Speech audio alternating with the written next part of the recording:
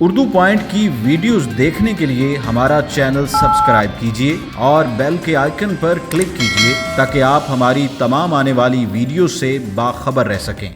अस्सलाम वालेकुम नाज़रीन, आप देख रहे हैं उर्दू पॉइंट और मैं हूं फ़ारूक शहबाज वड़ाइच। आज जो मेहमान मेरे साथ मौजूद हैं और ये जो ट्रॉफ़ी है और ये जो मेहमान है, दिलचस्प बात यह है कि साउथ एशियन गेम्स में इन्होंने गोल्ड मेडल जीता है।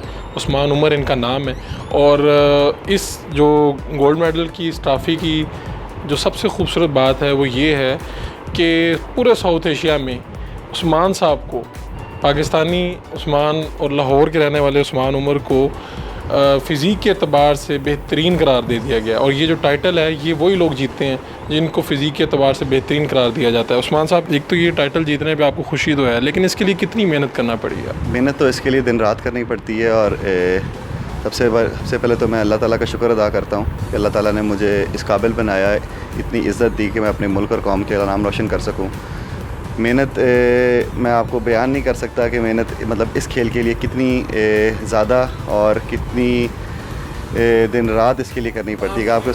आपकी उम्र क्या है और आप कितनी देर से बॉडी बिल्डिंग और इसमें आ गए? मेरी 32 ईयर्स एज है और मुझे राउंड अबाउट 10 to 11 ईयर्स हो गए हैं इस मतलब ट्रेनिंग करते हुए। कौन से टाइटल अब तक आप जीत चुके हैं? अब तक मैंने 2017 के अंदर मैंने फ़र्स्ट कंपटीशन मतलब मैंने कम्पीट किया था। इसके अंदर मैंने मिस्टर पंजाब मेंस फिज़ीक का टाइटल फ़र्स्ट जीता था। उसके बाद मैंने या क्लासिक के अंदर फ़र्स्ट पोजीशन हासिल की थी। इस्लामाबाद में कंडक्ट हुआ था वो, और पाक चैम्पियंस मेंस फिज़ीक का कंपटीशन 2017 में हुआ था, उसका भी मैं ओवरऑल चैम्पियन हुआ था।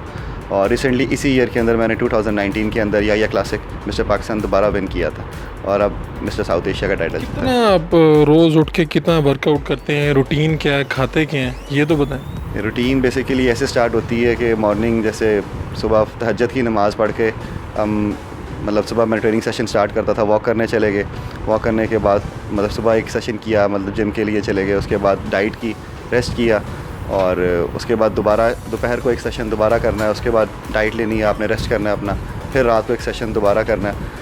क्योंकि ये गेम ऐसी जिसके अंदर आपको रेस्ट बहुत ज़्यादा चाहिए होता है और आपको अच्छी खुराक, न्यूट्रिशन अच्छी चाहिए होती है ताकि आपकी बॉडी रिकवर सके। खुराक होगी अच्छी, रेस्ट होगा अच्छा, उतनी ही आपकी अच्छी जिसामत बनेगी। अच्छा, मुझे ये बताएं कि ये टाइटल इसमें ख़ास तौर पे ये है कि जनाब साउथ एशिया में फ़िज़ीक के अतबार से आपको बेहतरीन करार दिया गया है। तो कितनी लड़कियों के फ़ोन आए आपको? लड़कियों के फ़ोन नहीं आए, बेगम है, फिर उसने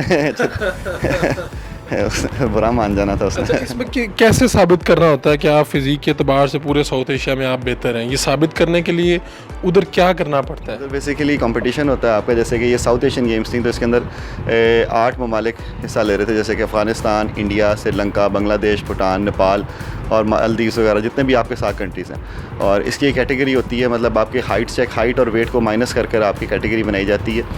और इसके मतलब स्टार्टिंग कंपटीशन प्री जजिंग से स्टार्ट किया जाता है। इसको प्री जजिंग में मतलब ये कि आपको वहाँ पे जज किया जाएगा पहले राउंड के अंदर, और आपको डिफरेंट पोजेस मतलब 4 पोजेस हैं, आपको होल्ड करवाया जाएगा वहाँ पर, और आपकी स्कोरिंग होती है। उस स्कोरिंग मार्क्स के तहत आपको किया जाता है। फिर नेक्स्ट राउंड है, नेक्स्ट राउंड के अंदर दोबारा आपका कंपैरिजन किया जाता है कि आप एक दूसरे के साथ आपको खड़ा करके कि ये किसके साथ मैच कर रहा है, ये किसके साथ मैच नहीं कर रहा। मेरी क्लास के अंदर मतलब जिसके अंदर मैंने मतलब कंपटीशन विन किया, उसके अंदर 18 प्लेयर्स थे और 6 उसके अंदर इंडियंस थे।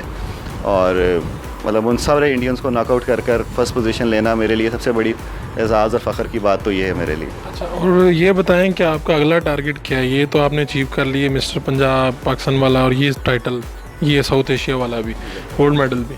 अब अगला टारगेट क्या है, क्या देख रहे हैं? अगला टारगेट एशियन गेम्स हैं जो कि चाइना के अंदर होनी है ऑलमोस्ट 1.5 मंथ्स के बाद। तो टारगेट तो मेरा वही है, लेकिन उस टारगेट के लिए थोड़ी सी फाइनेंशियल सपोर्ट मैं ये चाहूँगा कि गवर्नमेंट हमें मतलब हमारे प्लेयर्स को, मुझे और मतलब जो भी हमारे प्लेयर्स और हैं उनको सपोर्ट करे, थोड़े से फ़ंड हमारी फेडरेशन को रिलीज़ करें ताकि हम मतलब ओलंपिक्स के लिए नहीं, एशियन गेम्स के लिए और ये कि हम अपनी तैयारी और अच्छी कर सकें और अपने आप को बेहतर कर सकें। और यहाँ पर क्या अथॉरिटीज़ मौजूद हैं जो ख़ास तौर पे आपकी गेम को लेके जो मदद कर सकती हैं?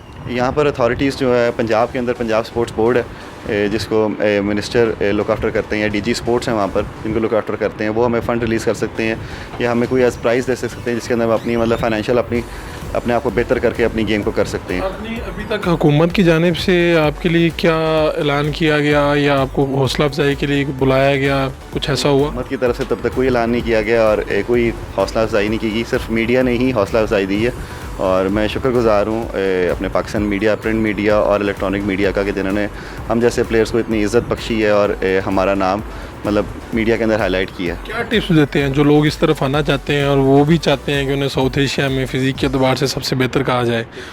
टिप्स तो मेरी यही हैं कि हर नौजवान हेल्दी एक्टिविटी के अंदर आए, एक्सरसाइज करे, वॉक करे, अच्छी खुराक खाए और अपने आप को मुख्तलिफ़ इक़साम के जो नशा आवर अद्वियात हैं उनसे दूर रखें। ले जी, उस्मान उमर साहब जो साउथ एशियन गेम्स में गोल्ड मेडल हासिल करके आए हैं, अब इस मेडल को हासिल करने के बाद उनकी जो नज़र है वो एशियन गेम्स के ऊपर है, लेकिन उसके लिए उन्हें चाहिए हुकूमत पंजाब और हुकूमत पाकिस्तान की मदद, ताकि वो इन्हें आगे बढ़ने में और जो अगली गेम्स के टाइटल जीतने में वो मददगार साबित हो। फाइनेंशियली सपोर्ट चाहिए और आवाम को भी चाहिए कि वो अप्रिशिएट करें इन लाहौर के उस्मान उमर को जिन्होंने ये कमाल कर दिखाया। अपने मेज़बान फ़ारूक शहबाज वड़ाइच को इजाज़त दीजिए। अल्लाह निगहबान।